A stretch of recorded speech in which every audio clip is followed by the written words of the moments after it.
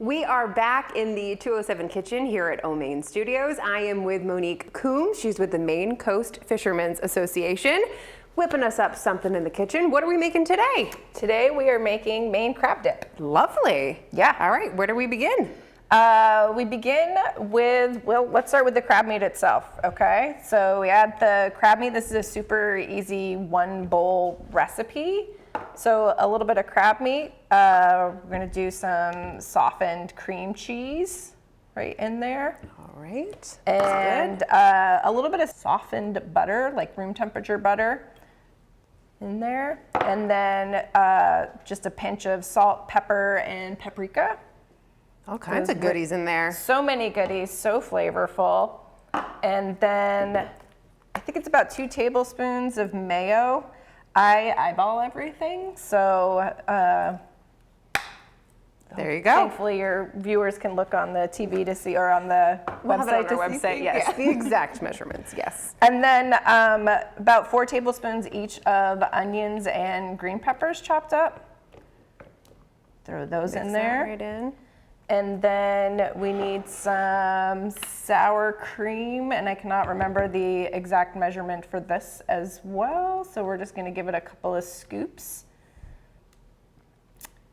But you know what, with something like crab dip, I think that even when you're off a little bit on the ingredients, it usually comes out pretty good because all the components are super delicious. Yep. And if you can't find crab meat for some reason, you could also use lobster for something like this, and it would also be delicious. So we give that like a little bit of a mix. Nice. Right in there, super easy. And then we need a little bit of mozzarella cheese as well.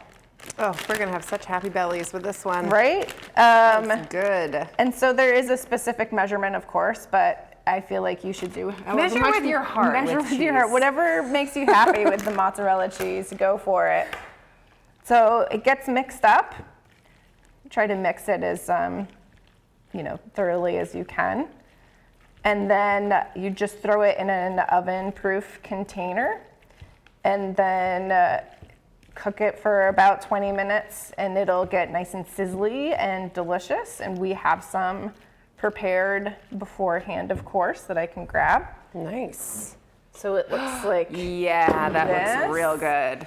And then you can serve it with crackers. We have the Mill Cove crackers that are a Maine cracker. The other thing that you can do though is if you have this mix, first of all, you can mix it like on the weekend, and if you're gonna have friends over when it's already mixed up, put it in the oven-proof dish, get it cooking. By the time they show up, it's ready to go. You can serve it with crackers. But the other thing I was thinking that you could do with it is you could put it on like English muffins and cook them up that way. Ooh. So that, they got the cheese and stuff on them, so that can also be delicious. So definitely. With things like crab dip, sky's the limit with the potential for how you could use it, so. For sure. Now, I want to mention this because you've been referencing this cookbook. This is Catch. Can you tell me a little bit about that? Sure. So Catch is a cookbook that has been a labor of love for a couple of years for the Maine Coast Fishermen's Association. We worked with a number of partners and colleagues and friends to collect recipes from Mainers, so chefs, business owners, people from coastal communities, and we put them together in this collection. The thing that I love most about it is we really focused on recipes like this crab dip that are super simple. Yeah. You can find all of the ingredients at your local grocery store. You can eat the dishes with friends. You can, use them in different ways. It's really meant to inspire people to eat more Maine seafood. Yeah, and it had some tips in there too that I was even like, what? Which I guess you should freeze your fish in milk is one of them. So that's something that I learned from some of the old timers. I live on Orr's Island, and it was shared with me as a means to sort of protect the fish in the freezer.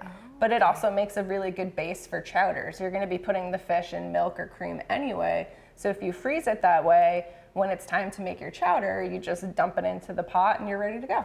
That's awesome. Any other tips that people should be aware of? There's a bunch of tips in the cookbook. But the other thing is I would just say is fish freezes really, really well, whether it's scallops or cod or even crab meat. So really being thoughtful about buying seafood when it's in season or when you can find it, and then freezing it and having it ready to go. It's such a versatile and healthy ingredient. Yeah.